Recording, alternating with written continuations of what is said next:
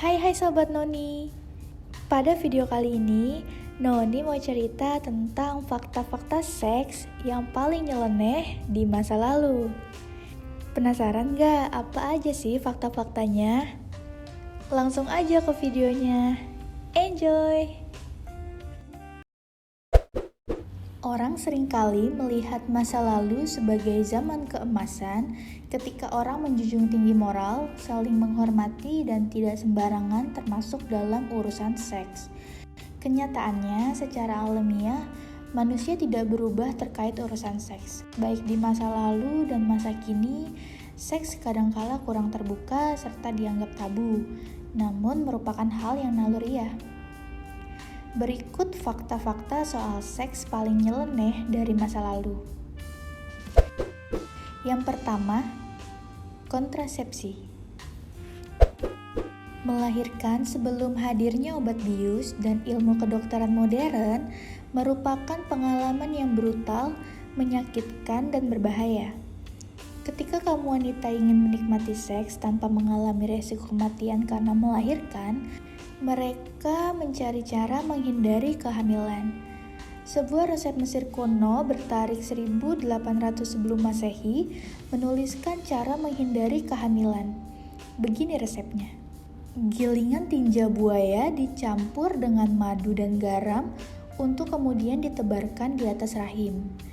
Campuran itu diduga merupakan spermisida alias pembunuh sperma. Tetapi jelas itu mengganggu mood bercinta. Bangsa Romawi dan Yunani kuno mengandalkan cara yang lebih nikmat, sehingga sumbernya pun bahkan nyaris punah karena terlalu banyak dipakai, yaitu tanaman silpium, sejenis bunga wedelia yang juga dipakai dalam berbagai resep. Kedua, diperkosa hewan. Pertunjukan di amphitheater seringkali dipandang sebagai bukti kekejian suatu masyarakat yang memandang dirinya paling beradab. Di sana, para budak bertarung berlumuran darah di hadapan para penonton yang bersorak-sorai. Tetapi kenyataannya bisa lebih buruk lagi, karena bahkan melibatkan pemerkosaan manusia oleh hewan. Pujangga bernama Martial mencatat tentang pertunjukan pembukaan di Colosseum. Ia bercerita tentang hewan-hewan yang dikorbankan dan bertarung dengan para gladiator. Tetapi bukan hanya itu. Menurut legenda Yunani, Pasephi jatuh cinta kepada seekor kerbau. Wanita itu tidur dengan hewan tersebut dan memiliki keturunan yang disebut dengan Minotaur.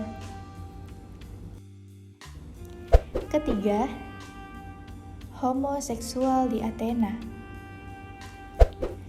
Jika ada orang penting yang tergugah seleranya melihat sesama pria, kita mungkin bisa terkejut. Pada abad ke-5 sebelum Masehi di Athena, lazim saja melihat para pria tertarik kepada bocah laki-laki yang rupawan. Ada banyak catatan sastra dan lukisan yang menunjukkan kita bahwa hal itu lazim, terutama di kalangan kelas atas dalam masyarakat. Pria yang lebih tua yang disebut dengan Erastes memanjakan anak laki-laki yang disebut dengan Eraminos dengan hadiah-hadiah. Setelah hubungan tercipta, hal itu diharapkan saling menguntungkan bagi dua belah pihak. Kadang-kadang hubungan itu hanya berlangsung singkat, dan anak laki-laki yang terlibat seringkali terlalu muda. Lagi pula, ketika seorang pria sudah tumbuh jenggot, dipandang tidak pantas lagi untuk meneruskan menjadi Eraminos. Keempat, mainan seks purba. Pada 2005, para ahli arkeologi mendapatkan temuan mencengangkan di Jerman. Ada 8 benda sekeras batu yang mencuat dari tanah. Bukan hanya ukuran, tetapi ukirannya pun luar biasa. Sejumlah peneliti menduga bahwa benda-benda berusia 26.000 tahun itu adalah dildo di masa lalu, dan bisa dibilang temuan tertua walaupun tidak unik. Tiruan-tiruan penis ukuran sejati ditemukan dalam aneka bentuk dan terbuat dari berbagai bahan, termasuk kayu. Kelima, jimat penis.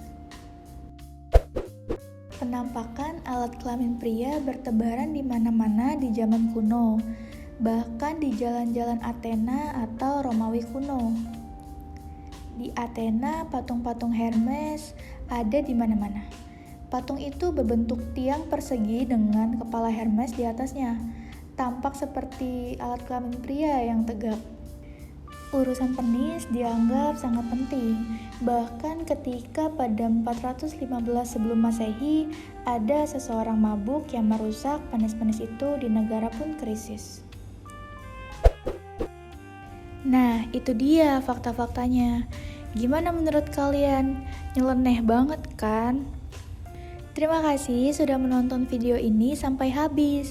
Jangan lupa untuk like, komen, subscribe, dan share video ini ke teman-teman kalian semua. Sampai jumpa di next video.